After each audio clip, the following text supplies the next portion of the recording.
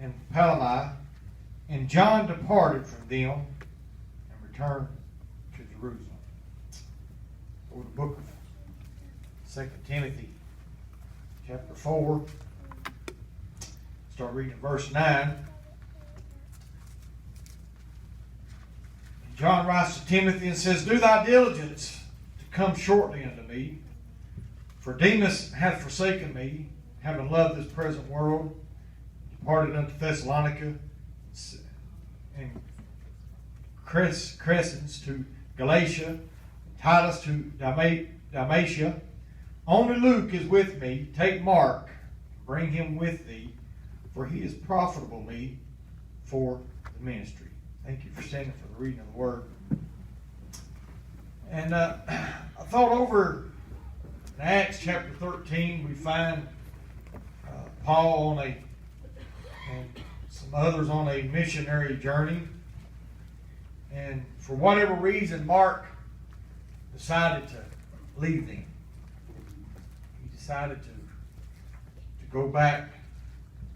And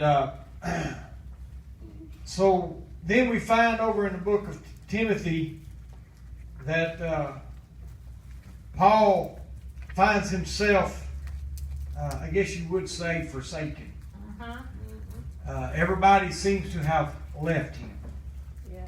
And he writes this to Timothy, and he said that only Luke was with him. Everybody else had left. And then he says, we can read over the book of Acts chapter 15, another place. Let me go ahead and look over there. Just give me a minute. Try to get started here. But Acts chapter 15 and verse 36. It said, and some days after Paul and Barnabas let us go again and visit our brethren in the city where they had preached the word of the Lord, and see how they do. And Barnabas determined to take with him John, whose surname was Mark.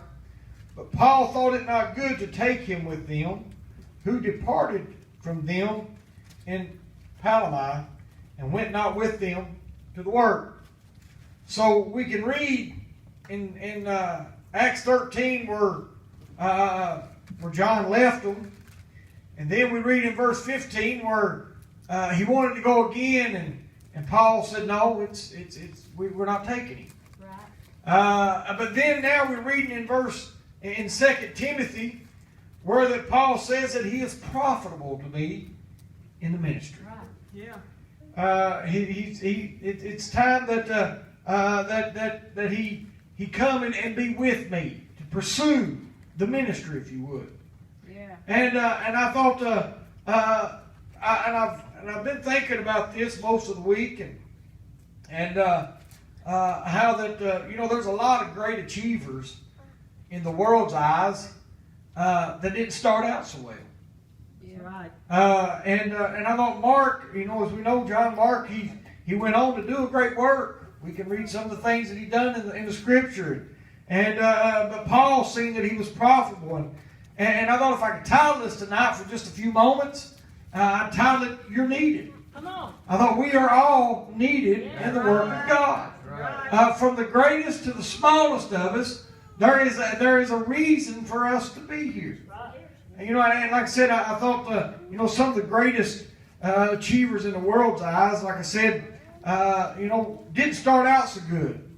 I read a story of a young man that was cut from his high school ball team. And I'm not into sports at all, but when I read this, said that he came home and he went in his bedroom and just began to cry. But then he went on to be a 6-time NBA champion, a 5-time NBA MVP, and a 4-time NBA All-Star. And Michael Jordan was cut from his from his high school ball team. And like I said, the only thing I know about him is, and then he went on to, I know there's a boy that works with me there, and he collects tennis shoes, and he's got some Jordan tennis shoes that's worth up in the thousands of dollars. just because of that name. And they're a rare, just a limited release. And just because of that man's name, one that was cut from a high school ball team. Right. And then I read that there was a young man that was 4-year-old and he had never spoken a word. And teachers told his mother that he would never amount to nothing. That man's name was Albert Einstein. And then another man was fired from a newspaper, and a lot of you probably know this, because he lacked imagination and originality. His name was Walt Disney. And I thought that's just a few names in the world that we know of that have went on to be great icons. We know what all they accomplished, and the world said they'll never make it. They're no good for nothing. But they kept on trying. Come on now. Sister Catherine mentioned a while ago the light bulb and Edison, and I watched a little thing one time, and it was just maybe a little 30-minute thing or something like that. It's some time ago. It's been a long time ago, and just about Edison and the things that he achieved and the many failures that he made trying to get a light bulb. And I thought we was at work the other day, and we're taking all the fluorescent lights out of the office, and the ones we're placing in the plant, we're even taking those out. And I thought, I remember the time when a fluorescent light, both time was the light. I mean, they were bright, and they had that gas in there, and they would work. And we're taking them all out, and we're going with LED lights. And Charles was hanging them up the other day, and he said, wonder what old Edison would think about these. Just a little old bitty dot that don't even have no filament in it, and they're so bright, and it's almost like daytime. But it all started because of his desire to make that light bulb. And I thought, so we look back and we see that how through all his failures, but his persistence to continue on and to try, how that much further things have come along today.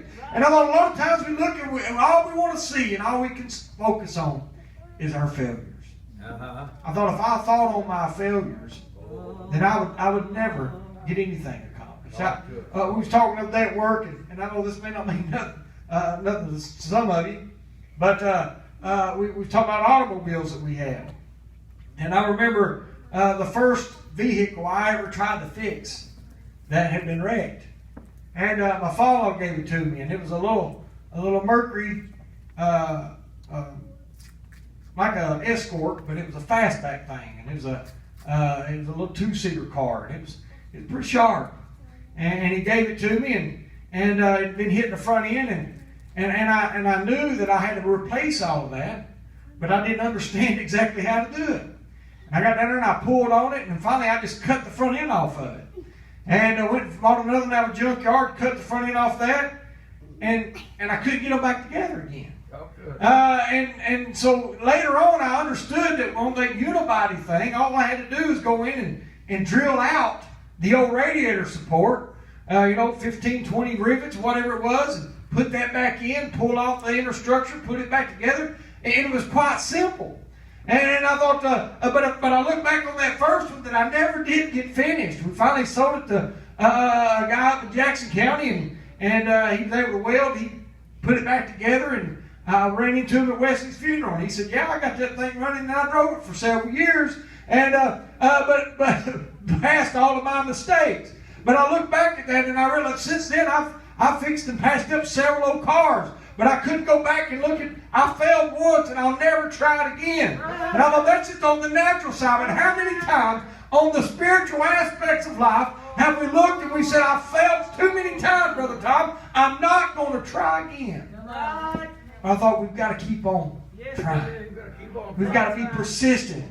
I thought by the fact that in Acts chapter 15 that they had a desire to bring John Mark with him. Even though he went back home, he must have still had a desire to go because they wanted to bring him along. And so, he was trying to get past his failures.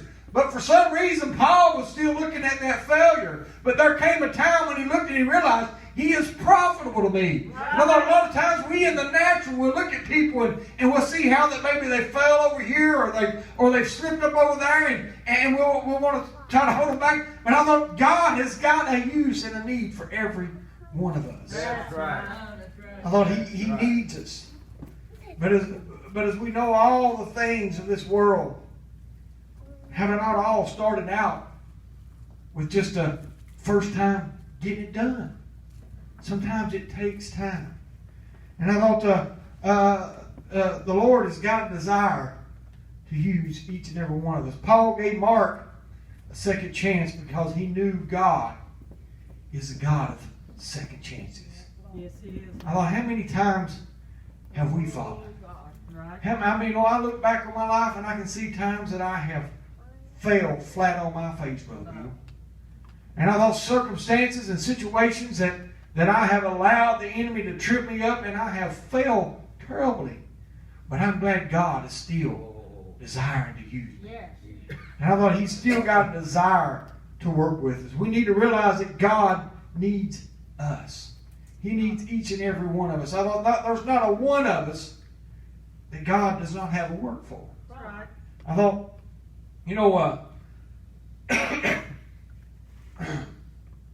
every one of us.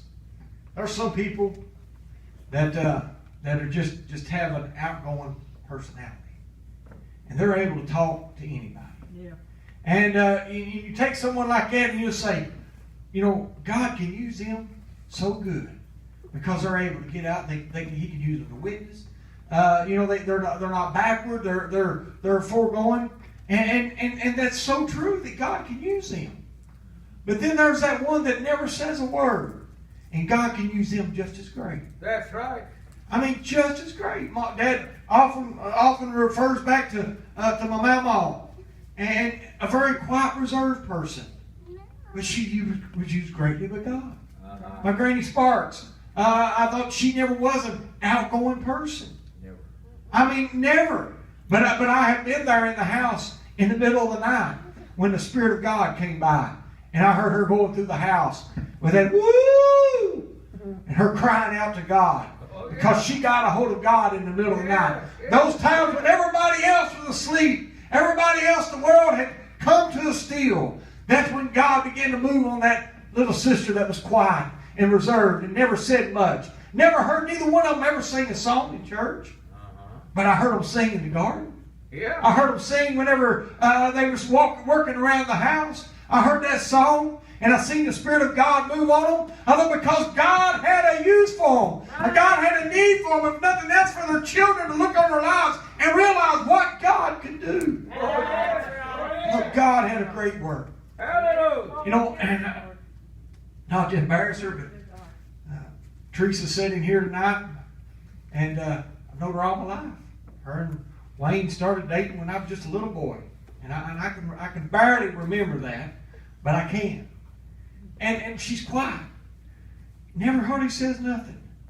I spent a lot of time at her house, and even before she got in church, I've never seen nothing out of the way of her. I never heard her say nothing bad about nobody.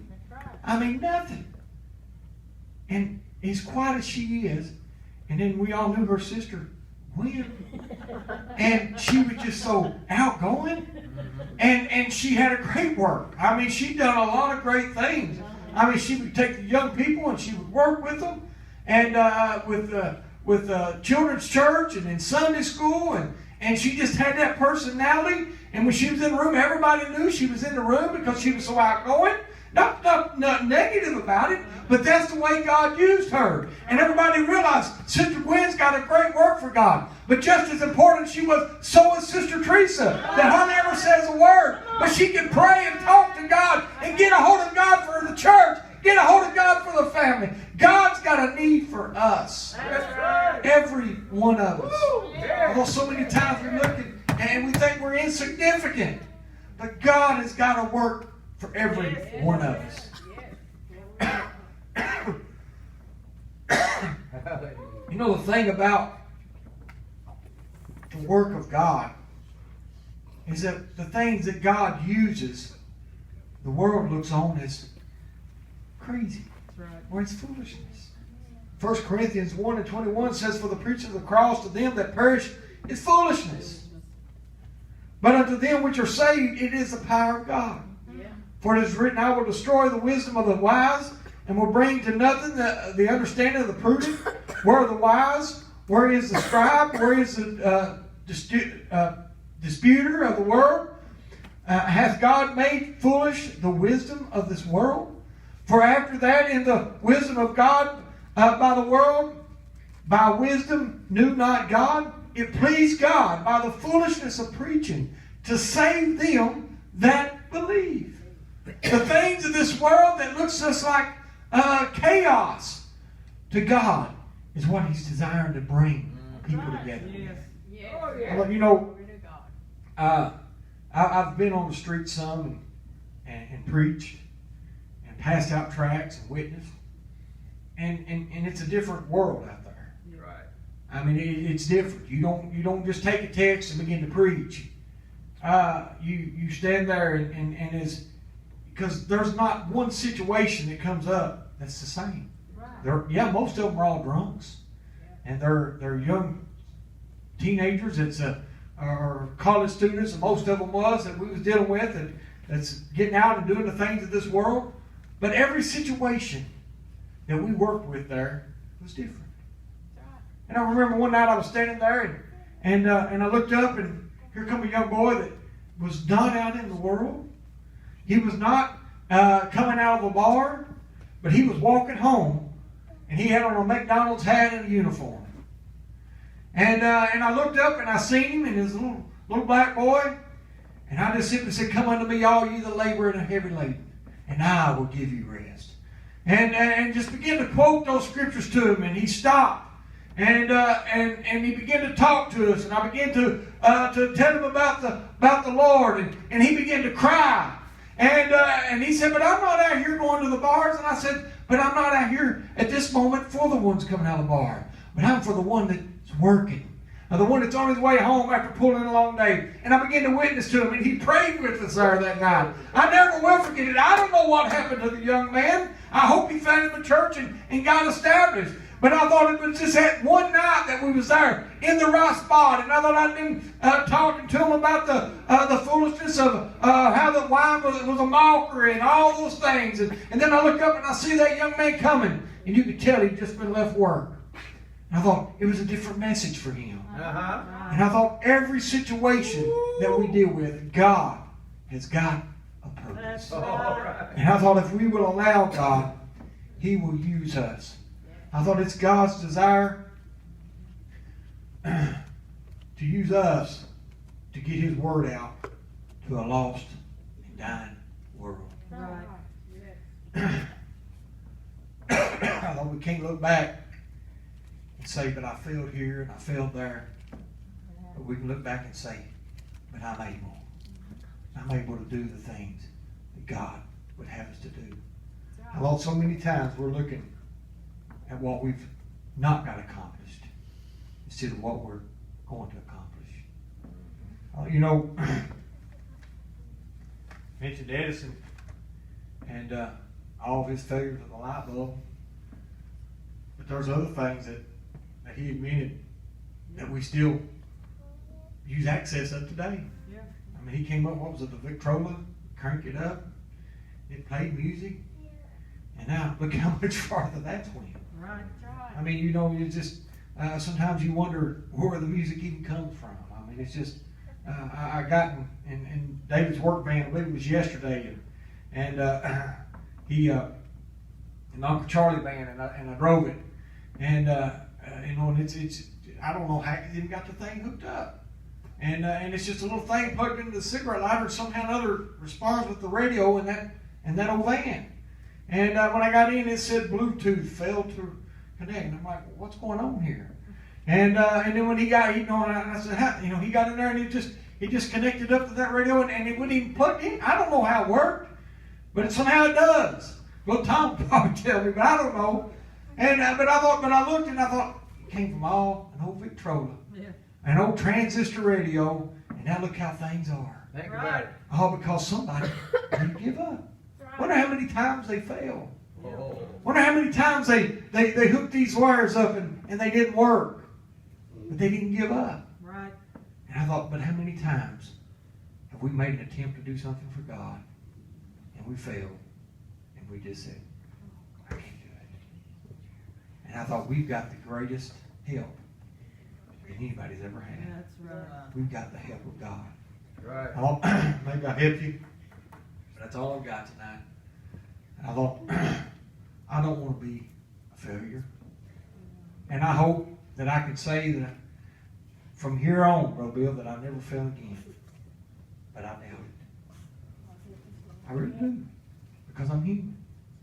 If nothing else, the Lord will just ask me to do something, and I'll fail to do it. Because it's just the nature of who we are. But through all my failures, Brother Tom, I'm not going to give up. That's right. There's times that the enemy will come and he'll say, you might as well just give up. But we can't give up because God needs us. Our children need us. Oh, yeah. I thought if, nobody can pray for my children like I can. Nobody can pray for your children like you can. That's right. I mean, your children, I pray for them. We do. Yes. But they're still yet not the love like your own. And when you see them doing the things of the world and you just, but there's nothing we can do about it physically, but we can pray. Right. And I thought our prayers are not failures when they're going up to God. As they come against the song tonight, I hope I've helped you. I thought, you're not a failure. You're needed by God tonight. Through all circumstances, you are needed. As they get us a song tonight. Praise the Lord.